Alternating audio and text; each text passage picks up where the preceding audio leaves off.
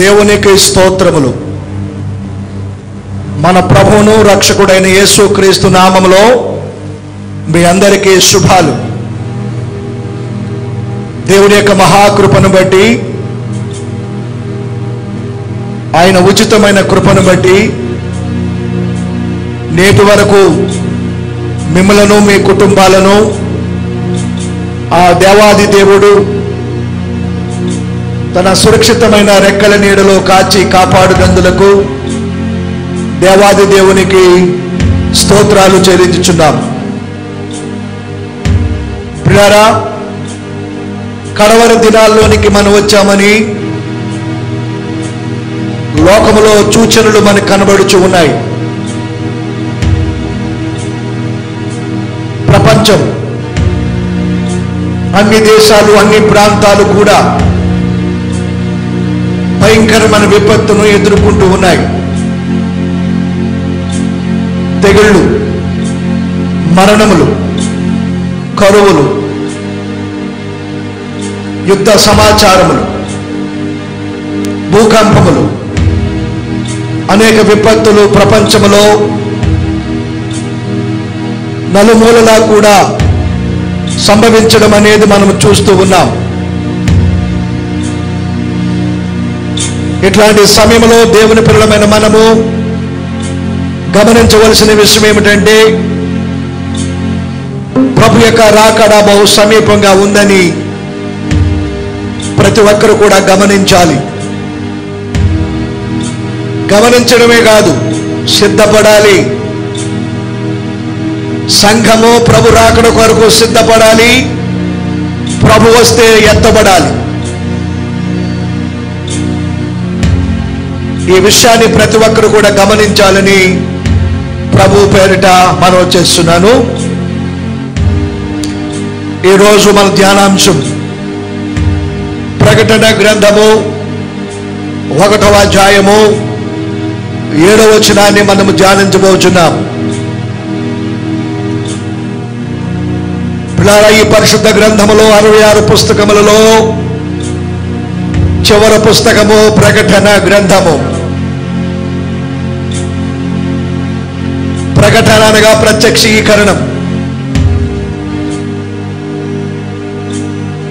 ఈ కడవరి దినాల్లో, అంచె దినాలలో ప్రతి ఒక్కరూ చదవవలసింది, వినవలసింది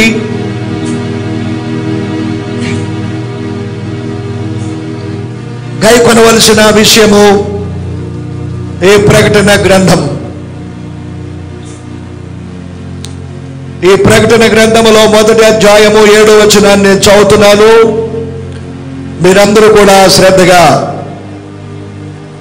వినాలి, చూడాలని ప్రభు పేరిట మనం చేస్తున్నాను. 7వ వచనం, ఇదిగో ఆయన మేఘారూఢుడై వచ్చుచున్నాడు, ప్రతి నేత్రము ఆయనను చూచును, ఆయనను పొడిచిన వారు చూచెదరు, భూజనులందరూ ఆయనను చూచి రొమ్ము కొట్టుకొందురు. అవును, ఆమేన్. పిల్లారా, ఈ ప్రకటన గ్రంథము ప్రభు యొక్క రాకడ అనే అంశముతో ప్రారంభించబడింది. ప్రభు యేసు రొమ్ము అనే రాకడ ప్రార్థనతో ఈ గ్రంథం ముగియబడుతుంది. గనుక రాకడ గురించి సంఘము ఎంత మెలకువ కలిగి ఉండాలో, రాకడ గురించి మనం ఏ విధముగా సిద్ధపడి ఉండాలో ఈ గ్రంథం స్పష్టముగా మనకి తెలియజేయుచున్నది. దేవునికి స్తోత్రం. ఈ పరిశుద్ధ గ్రంథమైన ప్రకటన గ్రంథములో 8 మారులు ఇదిగో ఆయన వచ్చుచున్నాడు, ఇదిగో ఆయన త్వరగా వచ్చుచున్నాడు, ఆయన దొంగ వలె వచ్చుచున్నాడు, నేను వచ్చే వరకు, ఇట్లాంటి విషయాలు 8 సార్లు పరిశుద్ధాత్మ దేవుడు ఈ గ్రంథములోనే వ్రాయించారు. అంతేకాదు సువార్తలలో కూడా యేసు ప్రభు ఈ రెండవ రాకడ గురించి పదే పదే విషయాలు సువార్తల్లో కూడా యేసు ప్రభువారు ఎత్తు చూపించడం మనం చూస్తూ ఉన్నాం. కనుక పదే పదే మనమందరం కూడా గుర్తుంచుకోవలసిన విషయము, ఇదిగో ప్రభు రాకడ సమీపంగా ఉన్నదనే విషయాన్ని మనము గమనించాలి. పిల్లారా, ఈ ప్రకటన గ్రంథం 1వ అధ్యాయము 7వ వచనానికి అనుబంధ వచనము ఒకటి మీకు చూపెడుతున్నాను, చూడండి. పరమగీతములు 2వ అధ్యాయము 8వ వచనం. ఆలకించుడి, నా ప్రియుని స్వరము వినబడుచున్నది, ఇదిగో ఆయన వచ్చుచున్నాడు, గంతులు వేయుచు కొండల మీదను ఎగసి దాటుచు మెట్టల మీదను అతడు వచ్చుచున్నాడు. ఈ ప్రకటన గ్రంథం 1వ అధ్యాయం 7వ వచనానికి అనుబంధ వచనము నేను మీకు చదివి వినిపించాను. ప్రియరా, ఇదిగో ఆయన మేఘారూఢుడై అంటే మహిమ మేఘం మీద మన ప్రభువైన యేసుక్రీస్తు వారు త్వరగా రాబోచున్నారని దేవుని వాక్యము స్పష్టముగా చెబుతా ఉంది. ఆయన కొండలను బండలను దాటుకుంటూ ఆ ప్రభువైన యేసుక్రీస్తు వారు త్వరగా వేంచేయుచున్నారని దేవుని వాక్యము తెలియజేస్తా ఉంది. అనగా అర్థం ఏమిటంటే, రాజ్యములు సిద్ధపడినా సిద్ధపడకపోయినా రాజ్యములను దాటుకుంటూ, ఆయన సంఘమును దాటుకుంటూ, కుటుంబాలను దాటుకుంటూ ప్రభువైన యేసుక్రీస్తు వారు త్వరగా వచ్చుచున్నారని వాక్యం సెలవిస్తా ఉంది. కాబట్టి ప్రియులారా, రాజ్యములు సిద్ధపడి ఉన్నవా? అట్లాగే సంఘాలు, ఈనాడు ప్రపంచంలో అనేకమైన సంఘాలు ఉన్నాయి. సార్వత్రిక క్రైస్తవ సంఘం, ప్రపంచంలో నలుమూలలా కూడా ప్రభు పేరిట అనేక సంఘాలు స్థాపించబడ్డాయి. అయితే సంఘాలు సిద్ధపడి ఉన్నవో లేదో అనేది గమనించవలసిన విషయం. సంఘాలు, చాలా సంఘాలు స్థాపించబడవచ్చును, కానీ సంఘాలు సిద్ధపడ్డవా లేదా అనేది గమనించుకోవాలి. నేను సిద్ధపడలే, అట్లాగే ఉంటాను అంటే, ఇదిగో ప్రభువైన యేసుక్రీస్తు వారు త్వరగా ఆయన వచ్చుచున్నాడని వాక్యము సెలవిచ్చుచున్నది. అంతేకాదు కుటుంబము కూడా సిద్ధపడి ఉండాలి. పిల్లారా, నా కుటుంబాలు ప్రభు యొక్క రాకడ కొరకు సిద్ధపడి ఉన్నవా? కేవలం రక్షణ పొందితే సరిపోదు, రక్షణానంద ప్రార్థనే సరిపోదు. రక్షింపడిన సంఘము రక్షణానంద ప్రార్థనలో నుండి రాకడానంద ప్రార్థనలోనికి వెళ్ళాలని లేఖనాలు తెలియజేస్తా ఉన్నాయి. ఈనాడు రక్షింపడిన విశ్వాసి కేవలం రక్షింపబడి అట్లాగే ఆగిపోతున్నాడు, కానీ అట్లాగా ఆగిపోవాలని బైబిల్ చెప్పడం లేదు. రక్షింపడిన ప్రతి విశ్వాసి కూడా దేవుని రాకడ కొరకు ఎదురు చూచుచు రాకడానంద ప్రార్థన చేయొచ్చు, ప్రభు యొక్క రాకడ కొరకు సిద్ధపడాలన్నది దేవుని యొక్క ముఖ్యమైన ఉద్దేశము. దేవునికి మహిమ కలుగును గాక. ఈ రాకడ అనే అంశము గురించి మనం మాట్లాడినప్పుడు ప్రియారా, సర్వసాధారణంగా మొదట రాకడ, రెండవ రాకడ అంటారు. మనం కూడా ఏమంటాము, మొదట రాకడ అయిపోయింది, యేసు ప్రభుల వారు రెండవ రాకడలో రాబోచున్నారు అని. అది కరెక్టే. కానీ మొదట రాకడకు రెండవ రాకడకు మధ్యన అగమ్య గోచరముగా ఒక రాకడ ఉన్నది. ఆ రాకడ ఏమిటి? ఈ విషయాలు ఈరోజు క్లుప్తముగా మనము నేర్చుకుందాము. మొదట రాకడ, మన ప్రభువైన యేసుక్రీస్తు వారు మొదటిసారి ఈ భూలోకములోనికి వచ్చారు. ఆ రాకడను ఏమంటామంటే అవతారము అంటారు. అవతారము సంస్కృత పదములో అవతార్ అనగా అర్థం ఏమిటంటే దిగుట అని అర్థము.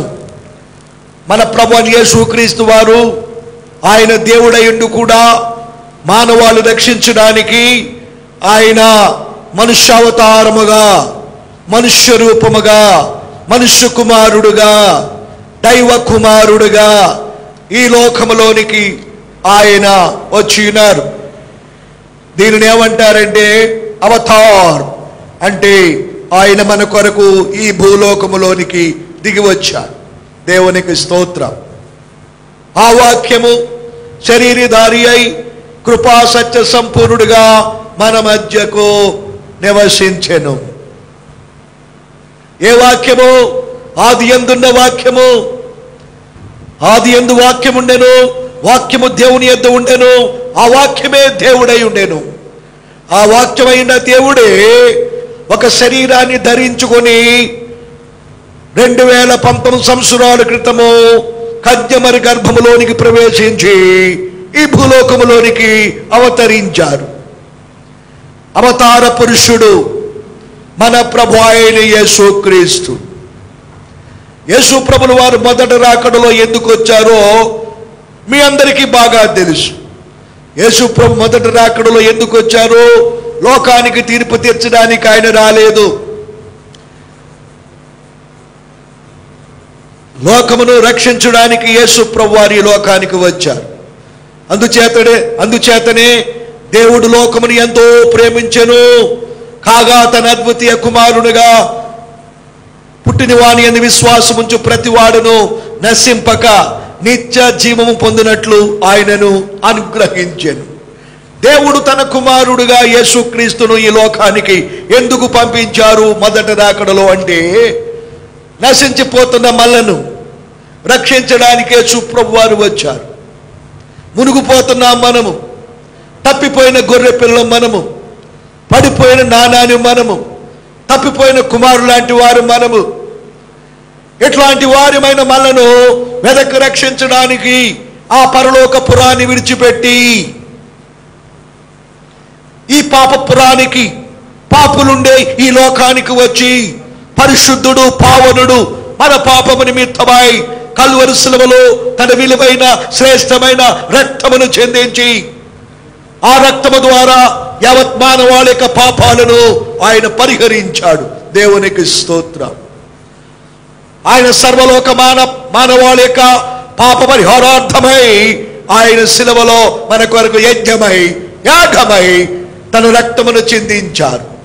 ఆ రక్తములో నువ్వు ఏ జాతి కుల మత ఏ ప్రాంత ప్రజమైనా సరే నువ్వు పాపమని గుర్తించి నీ పాపమునకు ప్రాయశ్చిత్తము యేసుక్రీస్తు వారే శిలువలో చెల్లించారని నమ్మి విశ్వాసముంచితే నీ పాపాలన్నీ పాపములు పరిహరించుటకు.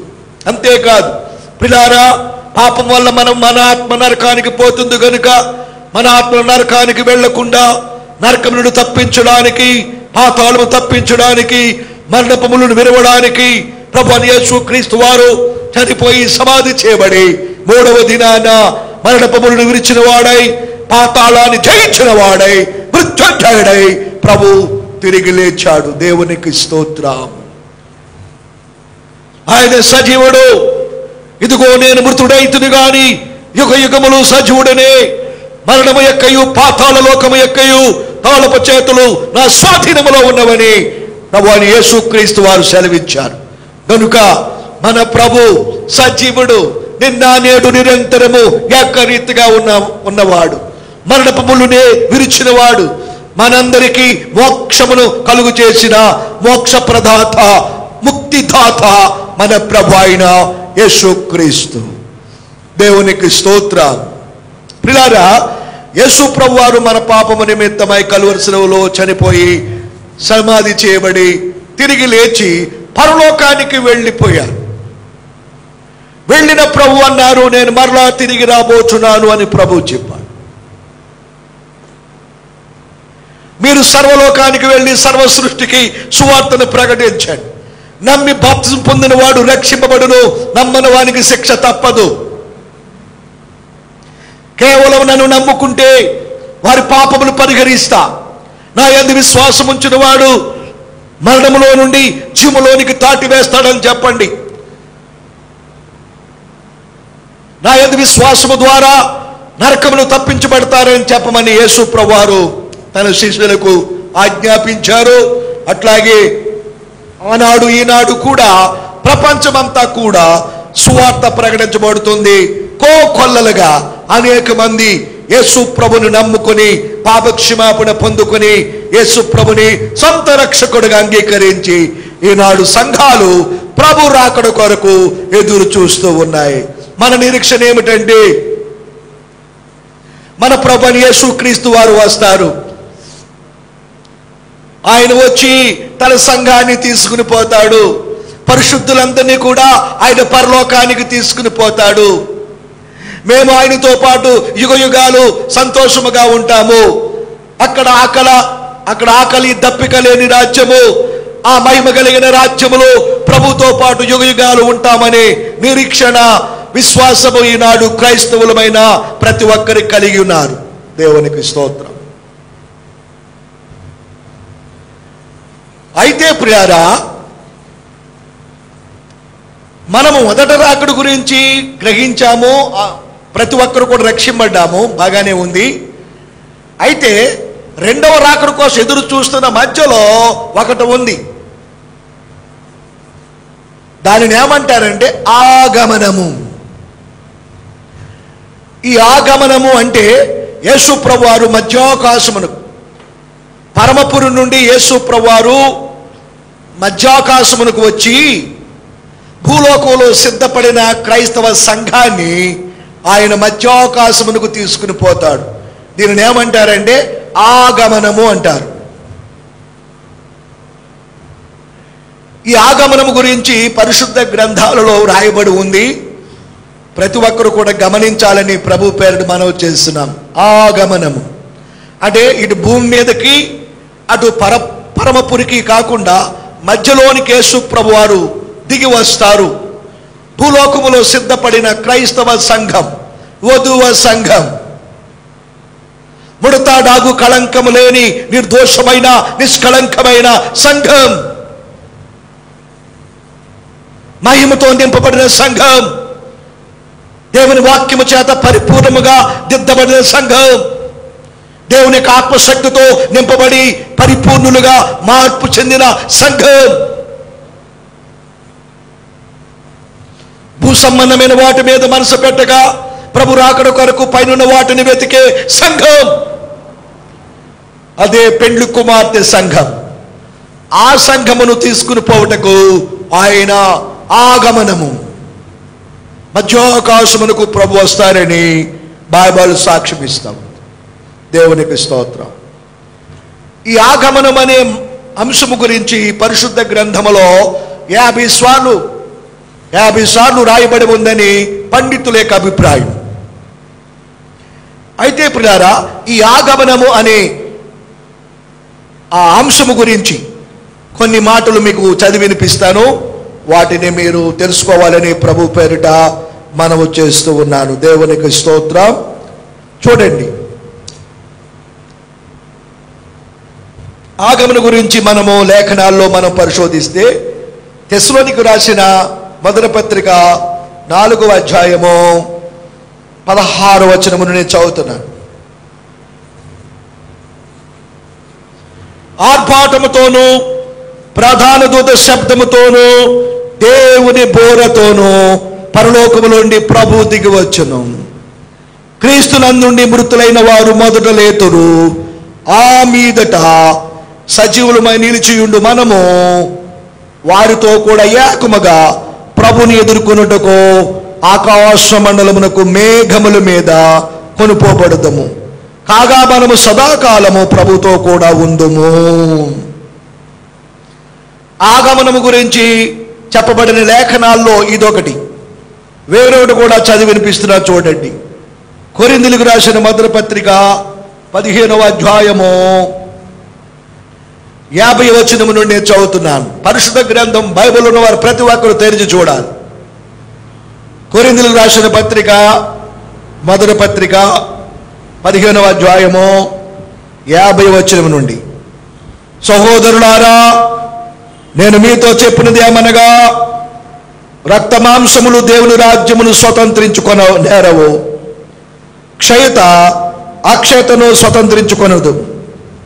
ఇదిగో మీకు ఒక మర్మము తెలుపుచున్నాను, మనమందరము నిద్రించుము గాని నిమిషములో ఒక రెప్పపాటున కడబోరం రోగగానే మనమందరము మార్పు పొందుదము. బోరం రోగును, అప్పుడు మృతులు అక్షయులుగా లేపబడుదురు, మనము మార్పు పొందుదము. యేసు ప్రభువారు కూడా సువార్తలో ఆయన చెప్పాడు, ఏమనంటే ప్రభు రాకడ దినాలలో లోకం ఎట్లా ఉంటుంది, లోకం యొక్క స్థితి ఎట్లా ఉంటుంది, సంఘం యొక్క స్థితి ఎట్లా ఉంటుందో యేసు ప్రభుల వారు స్పష్టముగా తన యొక్క సువార్తలలో ఆయన తెలియజేశారు. లోకం ఎట్లా ఉంటుంది, నోవాహు దినాలలో ఎట్లాగైతే ప్రజలు తినుచు త్రాగుచు విచ్చలవిడిగా తిరుగుతూ ఉన్నారో అట్లా లోకం యొక్క స్థితి ఉంటుందని ప్రభు చెప్పారు. సోదొమ గోమర్రా ప్రజలు సోదొమ గోమర్ర వలె నుందురు.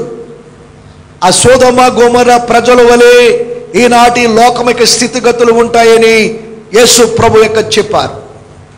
ఈనాడు మనం లోకాన్ని గమనించినప్పుడు కేవలం అట్లాగే ఉంది.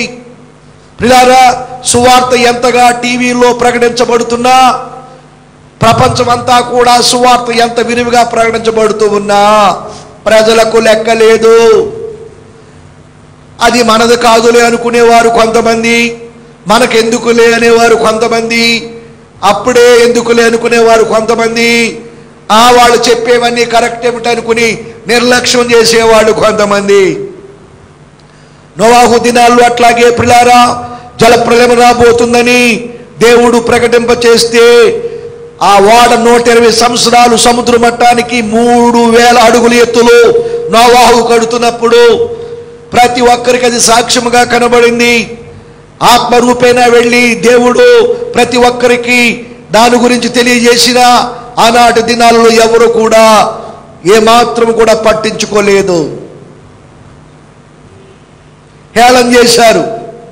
ప్రజలకు తినడం త్రాగడం విచ్చలవిడిగా లోకంలో లోకాన్ని అనుభవించడమే. సోదొమ గోమర్రా ప్రజల వలె ఈనాడు కూడా ప్రజలు వావి వర్షాలు లేకుండా విచ్చలవిడిగా తిరుగుతున్నారు. కేవలం ప్రజలు తినడం త్రాగడం కొనడం అమ్ముకోవడం పెళ్లిళ్ళు చేసుకోవడం, ఏమి ఒక పద్ధతి క్రమం లేదు.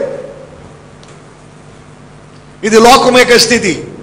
ఇక సంఘం యొక్క స్థితి ఎట్లా ఉంటుందో యేసు ప్రభువారు స్పష్టంగా చెప్పారు. 2 పొలములో ఉందరు, ఒకడు ఎత్తబడును ఒకడు విడవబడును. ఆగమనం అనేది తూర్పున మెరుపు పుట్టి పడమర వైపు ఎలాగైతే అది ఒకేసారి సడన్ గా మెరుస్తుందో ఆగమనము కూడా అట్లాగే ఉంటుందని బైబిల్ సాక్ష్యం ఇస్తా ఉంది.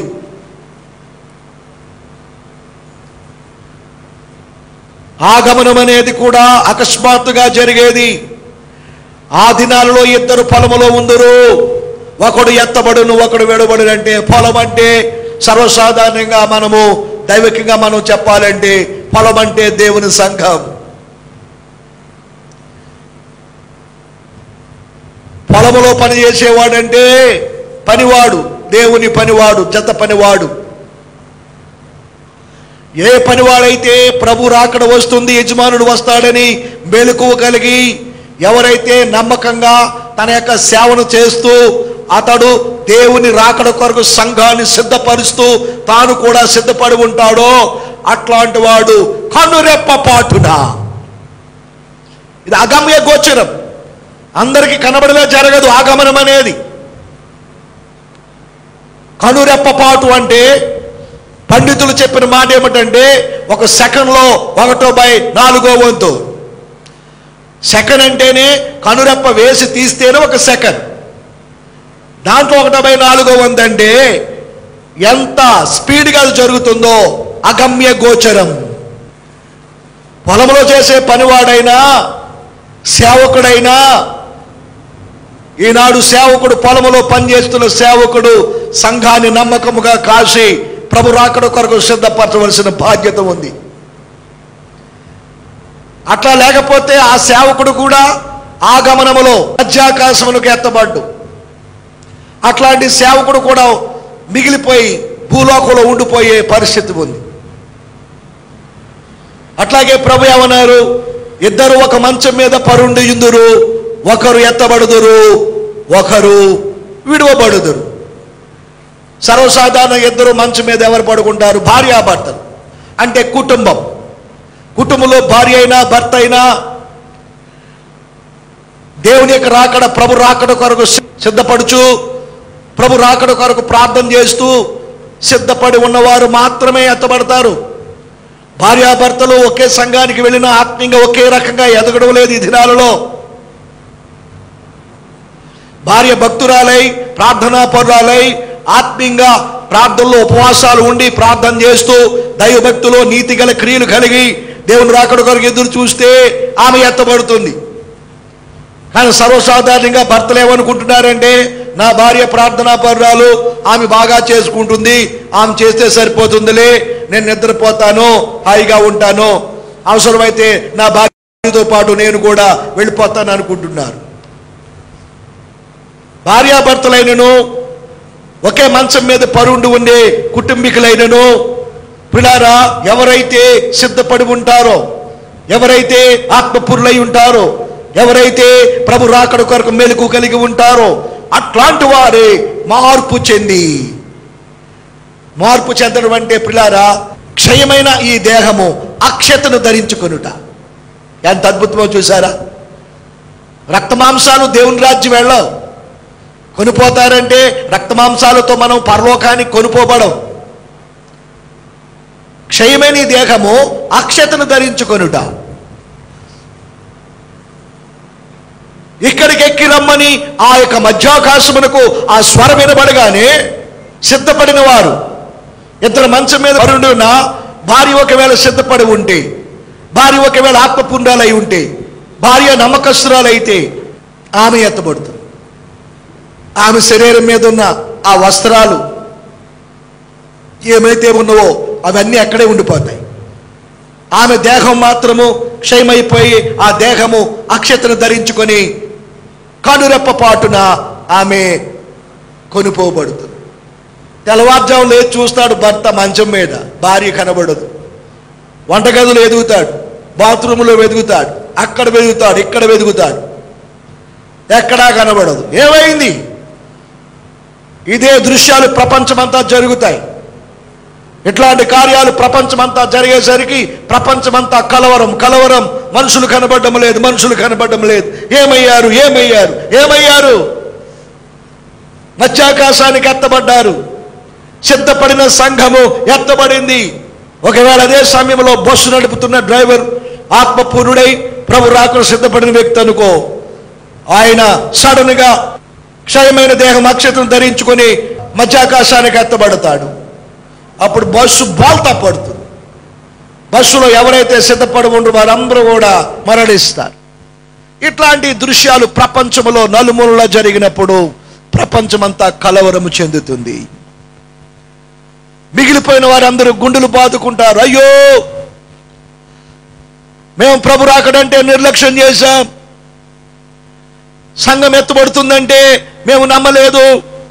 ఇంకా ప్రభు ఏం చెప్పారు? ఇద్దరు తిరగలు విసురుచుందురు, ఒకరు ఎత్తబడును, ఒకరు విడబడును. కుటుంబాల్లో స్త్రీలు, కుటుంబంలో ఉన్నవారు, అత్తా కోడలు కావచ్చు, తల్లి కూతురు కావచ్చు, ఎవరైనా సరే వధువు సంఘములో సిద్ధపడిన వారు ఒక కుటుంబంలో ఉన్నంత మాత్రాన కుటుంబంతా కూడా వధువు సంఘంలో చేర్చబడినట్టు కాదు. ఆత్మీయతను బట్టి వారిలో ఉన్న ప్రార్థనా జీవితము, పవిత్ర జీవితము, ప్రభు రాకడ కొరకు వారికి ఉన్న ఆసక్తి, వారిలో ఉన్న ఆసక్తిని బట్టి వారు ఆగమనములో మధ్యాకాశమునకు ఎత్తబడతారనే సంగతి ప్రతి ఒక్కరూ గమనించాలని ప్రభు పేరిట నేను మీకు మనవి చేస్తూ ఉన్నాను. దేవునికి స్తోత్రము కలుగును గాక. హల్లెలూయా. నీ తలంపులు ఎట్లా ఉన్నాయి దేవుని బిడ్డ? మనము కదిలినా మెదిలినా యేసు ప్రభు త్వరగా వస్తాడు. వచ్చినప్పుడు నేను ఆయన ఎదుట ఎలా నిలబడాలి? పరిశుద్ధ అలంకరణ కలిగి, పవిత్రమైన వస్త్రము, నీతి వస్త్రము కలిగి ప్రభుకి ఇష్టమైన బిడ్డగా నేను ఉంటున్నానా లేదని మనం కూర్చున్నా లేచినా ప్రభు తలంపులు, ప్రభు రాకడ తలంపులు కలిగిన వారే ప్రభు రాకడలో ఎత్తబడతారనే విషయాన్ని మీరు గమనించాలని ప్రభు పేరట మనవి చేస్తున్నాను. ఈ దినాల్లో చాలా మంది అట్లాంటి తలంపులు లేవండి. అంతెందుకు, ప్రభు రాకడ, రెండవ రాకడ గురించి బోధ చేస్తే కొంతమంది నవ్వుకుంటున్నారు. ఎందుకంటే వాళ్ళకి విశ్వాసం లేదు. ఒక బిషప్ గారు ఒక సభలో రెండవ రాకడ గురించి చాలా అద్భుతంగా చెప్పారట. ఆ బిషప్ గారు కారు నడిపే డ్రైవరు అన్యుడు, అతడికి ప్రభు అంటే తెలియదు. ఈ బిషప్ గారు ఈ మహాసభలో చెప్పిన ఆ రెండవ రాకడ గురించి చెప్పిన వాక్యాన్ని విన్న ఆ డ్రైవర్కి ఒక రకమైన భయం కలిగింది. బిషప్ గారు వాక్యం అయిపోయిన తర్వాత మరలా తిరిగి వెళ్ళిపోతున్న సమయంలో రాకడని, రెండవ రాకడని చెప్పారు కదా, నిజంగా రెండవ రాకడ ఉందంటారా అని అడిగితే ఆ బిషప్ అన్నారంట, నాకు తెలియదురా అన్నారంట. ఆశ్చర్యపోయిన డ్రైవర్. ఇప్పటి వరకు ఆయన రెండవ రాకడలో ప్రభు వస్తున్నాడు, పలానా సమయంలో ఇదిగో ప్రభు రాకడ సమీపంగా ఉంది అని ఎంతో చెప్పిన ఆయన నాకు తెలియదు అన్నప్పుడు ఆశ్చర్యపోయాడంట. అంటే ఆయన బోధ అయితే చేశాడు కానీ ప్రభు రాకడ వస్తుందో లేదో, ఉందో లేదో కూడా నమ్మలేని అవిశ్వాసముతో ఉన్న వ్యక్తి. మరి అవిశ్వాసముతో మనమే నమ్మకపోతే మనం ఎట్లాగే ఎత్తబడతాము? మనమే ఆ నమ్మిక లేకపోతే ఆ పరమునికి ఎలా కొనుపోబడతాము చెప్పండి? ఈ దినాలలో ఎంతమంది ప్రభు రాకడ గురించి ఆలోచన కలిగి ఉన్నారు? కనీసం ప్రపంచంలో జరిగే విపత్తులు బట్టయినా అయ్యో ప్రభు రాకడ సమీపంగా ఉందని తమ తమ జీవితాలు దిద్దుబాటు చేసుకుని సిద్ధపడే వాళ్ళు ఎంతమంది ఉన్నారు అంటే చాలా తక్కువ అని చెప్పాలి. ప్రియులారా, యేసు ప్రభువారు నువ్వు సిద్ధపడినా సిద్ధపడకపోయినా ఆగమనంలో మధ్యాకాశానికి ఆయన వస్తారు. వచ్చి కనురెప్ప పాటున మత్స్యమైన ఈ దేహము అమర్చతను ధరించుకొని, క్షయమైపోయేది అక్షతను ధరించుకొని, కనురెప్ప పాటున మార్పు చెందిన వారమై ఆయన దగ్గర కొనుపోబడదము. దాని కొరకు ఆయన అనేక వేల సంవత్సరాలు ఎదురు చూస్తున్నాడు ప్రభు. అది నూరంతల పంట, గుణవతైన స్త్రీ, వధువ సంఘము, బుద్ధిగల కన్యకలు, అట్టి సంఘము కొరకు ప్రభు ఎదురు చూస్తున్నాడు. ప్రియులారా, ఆ మధ్యాకాశములో గమనించాలి. తెస్సలోనికి రాసిన పత్రికలో మీకు చదివి వినిపించాను. ఆర్భాటముతోను అని, ప్రధాన దూత శబ్దముతోను, దేవుని పూరతో, మూడు విధాలుగా అక్కడ చెప్పాడు. ఆర్భాటము దేనికి? రెండవది ప్రధాన దూత శబ్దం. ప్రధాన దూత శబ్దము దేనికి? దేవుని బూర. ఈ దేవుని బూర దేనికి అని మనం ఆలోచన చేస్తే, పిల్లారా, ప్రభునందు నిద్రించిన నీతిమంతులు మనకంటే ముందుగా వెళ్ళి పరదేశులో ఉన్నారు. విశ్రాంతి అంటే యేసు ప్రభు వధువు సంఘాన్ని తీసుకుని వచ్చి భూలోకంలో ఎత్తబడిన వధువు సంఘము, అక్కడున్న పరిశుద్ధ సంఘాన్ని, ఈ రెండిటిని అక్కడ కలుపుతారు మధ్యాకాశములో. అంతవరకు ఈ పరదేశులో ఈ నీతిమంతుల ఆత్మలు రెస్ట్, విశ్రాంతిలో వారు ఉన్నారు. ప్రభు ఎక్కడ ఉన్నారు? ప్రభు అయితే తండ్రి కుడి పార్శ్వమున ఆసీనుడై పరమపురిలో, పరలోక రాజ్యములో ఆయన తండ్రి కుడి పార్శ్వమున ఆసీనుడై ఉన్నారు. అయితే ఎప్పుడైతే ఈ ఆగమనం సమయం వచ్చిందో, ఎప్పుడైతే ఈ రెండవ రాకడ సమయం వచ్చిందో, ఆ సమయంలో ఈ విశ్రాంతిలో ఉన్న ఈ పరిశుద్ధుల నీతిమంతులను సిద్ధపరచడానికి పరలోకములో ఆర్భాటం చేయబడింది. ఆర్భాటం చేయబడిందంటే, ఇదిగో మీ ప్రభువు వధువు సంఘమును తీసుకుని పోవడానికి వచ్చుచున్నాడని ఒక హెచ్చరిక, ఆర్భాటము. ఆ ఆర్భాటం ఎవరి కోసం అంటే, మనకంటే ముందుగా వెళ్ళి పరదేశంలో ఉన్న పరిశుద్ధులను మేల్కొల్పడానికి, సిద్ధపరచడానికి, అంటే వారు ప్రభుని ఎదుర్కోవడానికి సిద్ధపడడానికి. రెండవది ప్రధాన దూత శబ్దం. ప్రధాన దూత ఎవరు?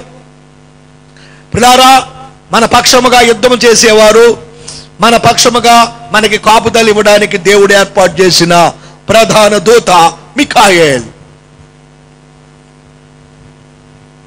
మిఖాయేలు మన పక్షముగా ఉండి ఆయన సాతాను అనేక దూతలు, సాతాను శక్తులతో పోరాడి మనకి మార్గము సరళము చేసి దేవుని ప్రధాన దూత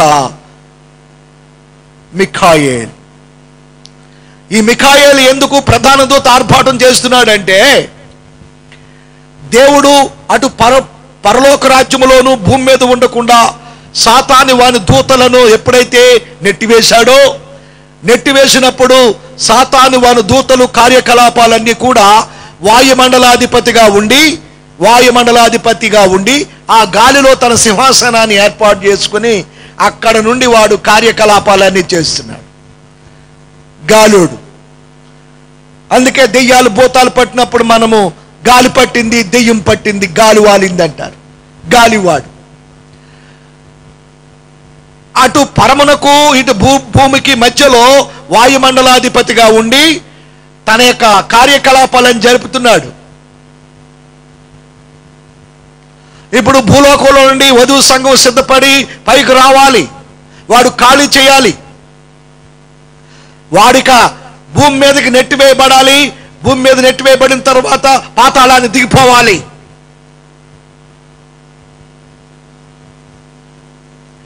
అందుచేతను వాడు ఖాళీ చేయించడానికి, వధువు సంఘానికి మార్గము సరళము చేయడానికి ప్రధాన దూతను ఆ దేవాది దేవుడైన ప్రభు పంపించి ఆ దూతలు వచ్చి అంతటా పరలోకమందు యుద్ధము జరిగెను. అపవాది వాని దూతలకు యుద్ధము జరిగెను. ప్రకటన గ్రంథం 12వ అధ్యాయంలో మీరు 10వ వచనం నుంచి 11వ వచనం చదువుకోండి, మీకు బాగుగా తెలుస్తుంది. సాతాను వాని దూతలతో మన ప్రధాన దూతని మిఖాయేలు యుద్ధం చేసి వాని దూతలను పూర్తిగా త్రోసివేశాడు. అది జరిగిన వెంటనే దేవుని బోర ఎప్పుడైతే మ్రోగిందో భూలోకములో సజీవులమైన మనము, సిద్ధపడిన మనము, పరిశుద్ధాత్మ చేత నింపబడి పవిత్రపరచబడి నీతి అలంకరణ కలిగి రాకడ ప్రార్థన కలిగి పైనున్న వాటిని వెతుకుచు ఎప్పుడొస్తాడా ప్రభుని ఎదురు చూసే వారి కొరకు దేవుని బోర వినబడగానే కడు రెప్పపాటును మార్పు చెంది మనము పరలోకమునకు కొనుపోబడదము. ఇది ఆగమనములో జరిగే సంభవాలు. నేను క్లుప్తంగా వివరిస్తున్నా, సమయం మనకి లేదు గనుక ఒక్కొక్కటి వివరిస్తూ పోతే సమయం ఎక్కువ అవుతుంది. ఆ తర్వాత ప్రత్యక్షత. అందరూ చెప్పుకునే రెండవ రాకడ అంటారా, చూశారా? దానిని ఏమంటామంటే ప్రత్యక్షత. అంటే సరాసరి రెండవసారి యేసు ప్రభుల వారు ఈ భూమి మీదకి ఆయన మహామహిమతో రాబోచున్నాడు. దేవునికి స్తోత్రం, హల్లెలూయా. పరలోకములో వధువు సంఘముగా ఎత్తబడిన పరిశుద్ధులను తీసుకొని 7 ఏళ్ళు మహావిందు అక్కడ జరుగుతుంది. ఆ 7 ఏళ్ళు మహావిందు అయిపోయిన తర్వాత పరలోకములో పరిశుద్ధులను వధువు సంఘాన్ని తీసుకొని ఆయన మేఘారూఢుడై, అంటే ఈ ప్రకటన గ్రంథము 1వ అధ్యాయం 7వ వచనం దేని గురించి చెబుతుందంటే యేసు ప్రభు యొక్క ప్రత్యక్షత. అంటే రెండవసారి భూమి మీద ఆయన పాదం పెట్టబోతున్నాడు, దాని గురించి చెప్పబడిన వచనం ఇది. దేవునికి స్తోత్రం, హల్లెలూయా.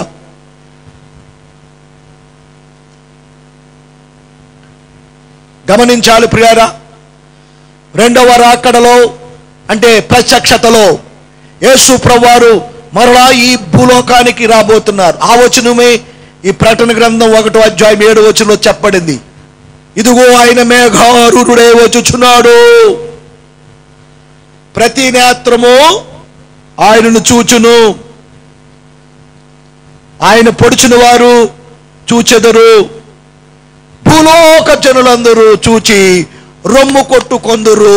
అవును, ఆమేన్. ఈ వచనం ఎప్పుడు నెరవేరుతుందంటే ప్రత్యక్షత. యేసు ప్రభుల వారు రెండవ రాకడలో ఈ భూమి మీదకి ఆయన సరాసరి రాబోచున్నాడు. దానిని యేసు ప్రభువే చెప్పారు. గమనించండి, ఆయన దూతలు కూడా తెలియజేశాయి. అపోస్తుల కార్యములు 1వ అధ్యాయములో 9వ వచనం నేను చదువుతున్నాను, దయచేసి మీరు చూడాలని మనం చేస్తున్నాను. అపోస్తుల కార్యములు 1వ అధ్యాయం 9వ వచనం. ఆయన ఈ మాటలు చెప్పి వారు చూచుచుండగా ఆయన ఆరోహణమాయెను. అప్పుడు వారు కన్నులకు కనబడకుండా ఒక మేఘము ఆయనను కొనిపోయెను. ఆయన వెళ్ళుచుండగా వారు ఆకాశం వైపు తేరు చూచుచుండిరి.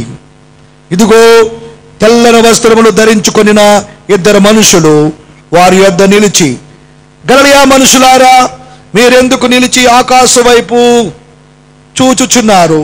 మీ యొద్ద నుండి పరమునకు చేర్చుకొనబడిన ఈ యేసే ఏ రీతిగా పరమునకు వెళ్ళుట మీరు చూచితిరో ఆ రీతిగానే ఆయన తిరిగి వచ్చినని వారితో చెప్పిరి. యేసు ప్రభువారు బేతనియాలో ఒలీవా కొండ నుండి ఆయన పరమునకు ఆరోహణమై వెళ్ళిన సంగతి మీరందరూ కూడా ఎరిగి ఉన్నారు. ఈ మాటలు చెప్పి యేసు ప్రభు వారు చూచుచుండగానే ఆయన పరమునకు ఆరోహణమై వెళ్ళిపోతున్నారు. మేఘాలలో ఆ యేసు ప్రభు ఆ పరలోకానికి ఆరోహణమై వెళ్ళిపోతూ ఉన్నారు. వెళ్ళిపోతున్న సమయంలో శిష్యులందరూ కూడా అలాగ చూస్తున్నారు. అయ్యో, ప్రభు వెళ్ళిపోతున్నారని ఆయన అలా మేఘాల్లోంచి వెళ్ళి అదృశ్యమైపోయారు. అక్కడున్న శిష్యులందరూ కూడా అట్లాగే చూస్తూ ఉండిపోయారు. మళ్ళా వస్తారేమో అన్నట్టుగా ఆకాశం వైపే వారు అలా తేరు చూస్తున్నారు. అయితే ప్రియులారా, వారు అలా చూస్తూ ఉండగానే తెల్లని వస్త్రాలు ధరించుకున్న 2 దేవదూతలు దిగొచ్చారు. ఓ గలిలయ మనుషులారా, మీరు ఎందుకు ఆకాశం వైపు అలాగే చూస్తూ ఉన్నారు? ఏ రీతిగా మీ యొద్ద నుండి ప్రభు ఏ కొండ మీద నుండి, ఏ ఒలీవ కొండ మీద నుండి ఆరోహణమై వెళ్ళారు, అదే కొండ మీదకు, అదే పర్వతం మీదకు ఆయన త్వరలో రాబోతున్నారు. గనుక మీరు వెళ్ళి యెరూషలేములో కనిపెట్టి పై నుండి శక్తి పొందుకుని ఈ వార్త లోకమంతా ప్రకటించాలి. ఆయన రెండవసారి రాబోతున్నారని మీరు ప్రకటన చేయండి అని దేవదూతలు చెప్పిన విషయాన్ని మీరు గమనించాలి.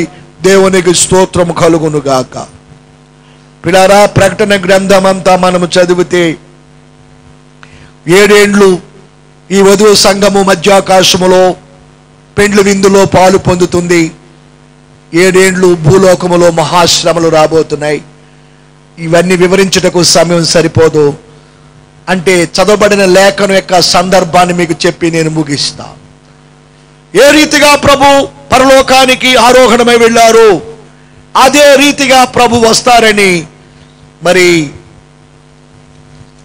జకరియా గ్రంథములో కూడా ప్రవచనాలు ఉన్నాయి. రొమ్ము కొట్టుకుని ఎవరు ఏడుస్తారు? ఆయన పొడిచిన వారు ఎవరు? యూదులు. ఆయన స్వకీలే ఆయన నమ్మలేదు. ఆయన తన స్వకీలు ఎందుకు వచ్చెను? ఆయన స్వకీలు ఆయన నమ్మలేదు.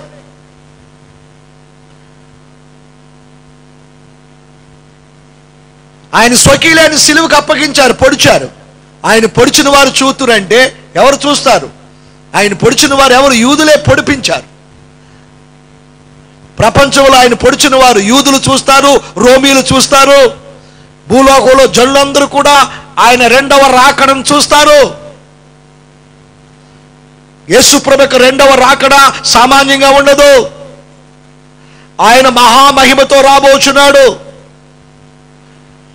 ఆయన ఉగ్రుడై సింహగర్జనతో యూదా గోత్రపు సింహములే ఆ ప్రభు రాబోచున్నాడు. ఆయన వచ్చినప్పుడు ఏం జరుగుతుందో, ఆ పర్వతం ఎలా పగిలిపోతుందో ప్రవచించాడు. చూడండి, జకర్యా గ్రంథములో మీకు ఆ విషయాన్ని చదివి వినిపిస్తా.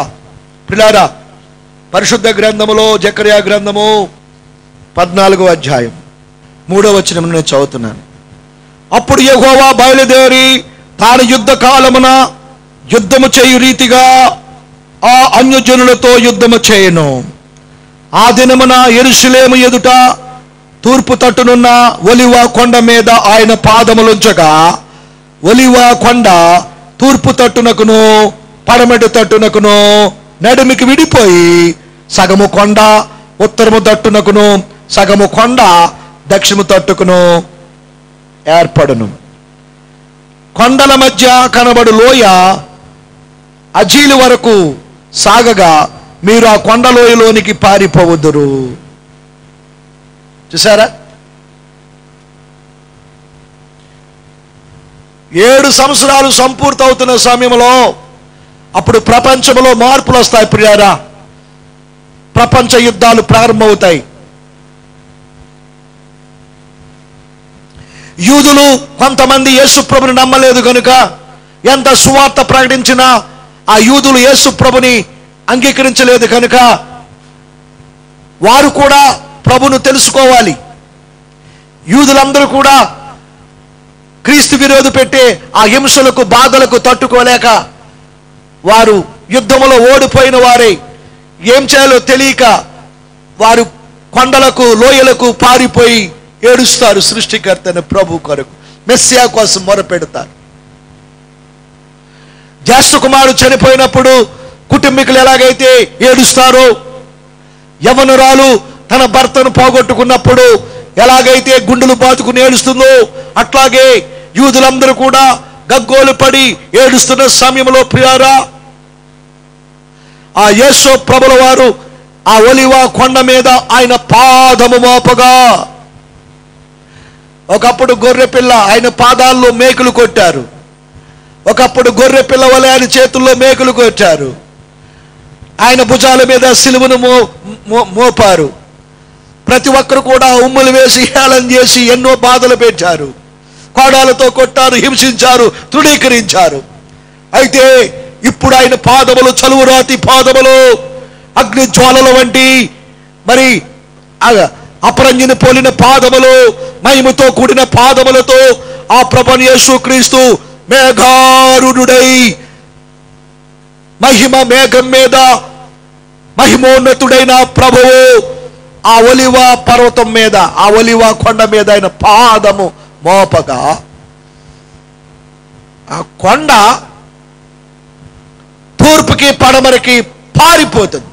ఉత్తరము తట్టు సగం భాగం, దక్షిణం తట్టు సగం భాగం పారిపోయి అక్కడ లోయ ఏర్పడుతుంది. లోయ, ఆ లోయలోనే ప్రపంచ యుద్ధం జరుగుతుంది. పిల్లారా, పారిపోయిన ఆ యూదులు ఆ కొండల్లో లోయల్లో పారిపోయినప్పుడు ఆ కొండ గుహల్లో క్రొత్త నిబంధన గ్రంథం వారికి దొరుకుతుంది. ఆ క్రొత్త నిబంధన గ్రంథం వారికి దొరికిన వెంటనే ఆ మొదటి వచనం చదవగానే వారి మనోనేత్రాలు తెరవబడతాయి. అబ్రహాము కుమారుడైన దావీదు కుమారుడైన యేసుక్రీస్తు వంశావళి అని చెప్పగానే యేసు ప్రభు ఎవరు? మన అబ్రహాము సంతానము. యేసు ప్రభు ఎవరు? మన దావీదు సంతానము. ఆయన మన రక్షకుడు, ఆయనే మనం పొడిచాం, చంపామని ఎప్పుడైతే వారి మనోనేత్రాలు వెలిగించబడతాయో వారందరూ గుండెలు బాదుకుని ఆడడం ప్రారంభిస్తారు. ఆ సమయంలో యేసు ప్రభు వారిని రక్షించడానికి, అలాగే విడబడిన క్రైస్తవులను, విడబడిన పరిశుద్ధులను ఆయన రక్షించడానికి, ప్రపంచానికి తీర్పు తీర్చడానికి ఆ యేసు ప్రభుల వారు ఆయన దిగి వస్తారు. దేవుని స్తోత్రం, హల్లెలూయా. దీనిని ప్రత్యక్షత అంటారు. ఆయన వచ్చి ఈ భూలోకాన్ని ఎలా భరణము చేయబోతున్నారు, ఈ భూలోకాన్ని ఆయన 1000 ఏళ్ళు ఎలా భరణము చేయబోతున్నారు, పరిశుద్ధులు ఈ భూలోకాన్ని ఎలా స్వతంత్రించుకోబోతున్నారు, ఇవన్నీ కూడా ప్రకటన గ్రంథములో దేవాది దేవుడు స్పష్టంగా వ్రాయించాడు. కనుక ప్రియారా, అంతా వివరించడానికి సమయం సరిపోదు. ఈ చదవబడిన ఈ ప్రకటన గ్రంథం 1వ అధ్యాయము 7వ వచనము ఏ సందర్భముగా వ్రాయబడిందో, దేని కొరకు వ్రాయబడి ఉందో మీకు ఆ విషయాన్ని తెలియజేశాను గనుక మీరు గ్రహించండి. ప్రభు రాకడ సమీపంగా ఉంది గనుక సిద్ధపడండి. ఎంతవరకు లోకాశల్లో పడిపోయాం, తడువులాటలో పడిపోయాం. ఇక తడువులాటను విడిచిపెట్టి, లోకాశలు విడిచిపెట్టి, పరలోక ఆశతో నింపబడి పరిశుద్ధుల యొక్క గుంపులో మనం కూడా చేర్చబడాలి. వధువు సంఘములో మనం కూడా చేర్చబడాలి. సంఘము సిద్ధపడాలనే ఉద్దేశంతో ఈ వాక్యాన్ని మీకు తెలియజేస్తున్నాను. మేలుకొనుము, ఇదిగో ప్రభు రాకడ సమీపంగా ఉంది. ఇదిగో ఆయన ద్వారము దగ్గరే నిలబడి ఉన్నాడు. ఇదిగో ఆయన ద్వారము దగ్గర నిలబడి ఉన్నాడు కనుక ఓ క్రైస్తవ సంఘమా, మేలుకొనండి, నిద్రమత్తు విడిచిపెట్టండి. కునికి నిద్రపోవడం కాదు, మేలుకోగలిగి ప్రార్థన చేయండి. తప్పుదములు సరి చేసుకునండి. ముడత డాగు కళంకములను కడిగి వేసుకునండి. ప్రభు రాకడ కొరకు సిద్ధపడండి. దేవుడు మిమ్మలను దీవించి ప్రభు రాకడ కొరకు ఆయుత్తపరచబడును గాక. ఆమేన్. ప్రార్థన చేసుకుందాం. మహాపరిశుద్ధుడు, మహోన్నతుడమైన మా తండ్రి, గరుడమైన మా యేసయ్య, నీకు స్తోత్రాలు చెల్లించుచున్నాము. ప్రభువా, ఇదిగో ఆయన మేఘారూఢుడై వచ్చుచున్నాడు. ప్రతి నేత్రము ఆయన చూచును, ఆయన పొడిచిన వారు చూచుదురు, భూజనులందరూ చూచి రొమ్ము కొట్టుకొందురు అనే వాక్యమును ఈ రోజు మాకు తెలియజేసినందుకే వందనాలు తెలియజేస్తున్నాం. దేవా, మొదటి రాకడలో మీరు మా కొరకు వచ్చారు గొర్రె పిల్లవలే, మా పాపములను మోసారు గొర్రె పిల్లవలే, కలువరి శిలువలో మా కొరకు రక్తము కార్చారు నాయన. మీరు పొందిన దెబ్బల్లో మాకు స్వస్థత కలిగింది. మీరు కార్చిన రక్తములు మా పాపాలన్నీ పరిహరించబడ్డాయి. తండ్రి, రక్షింపబడిన నీ సంఘాన్ని ప్రభువా నీ రాకడ ఆనందములో నడిపించండి. ఇదిగో నేను మరలా త్వరగా రాబోచున్నానని మీరు సెలవిచ్చారు. మీరు చెప్పిన మాట చెప్పి అప్పుడే 2019 సంవత్సరాలు గడిచిపోయాయి. 2020లో మేము వచ్చాము నాయన. ఇదిగో లోకంలో చూడగా నీ రాకడ సూచనలు నెరవేరుతూ ఉన్నాయి ప్రభువా.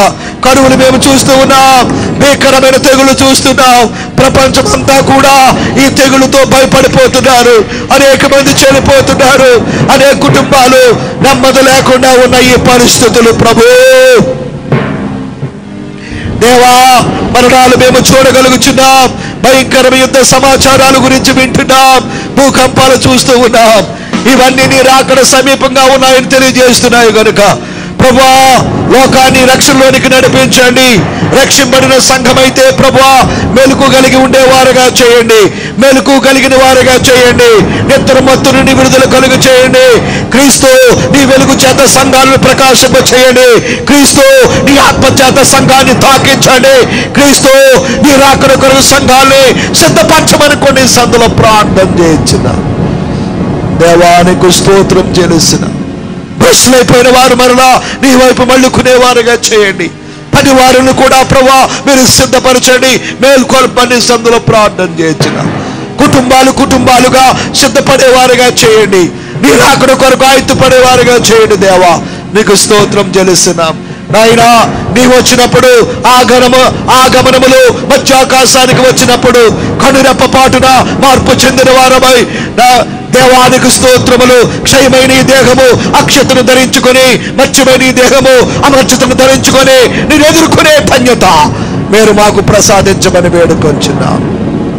నీ వాక్యమైన నీ ప్రజల్లో మేల్కొల్పు దయచేయండి. నీ వాక్యమైన ప్రజల్లో మారు మనసు లేని వారికి మారు మనసు ప్రసాదించండి.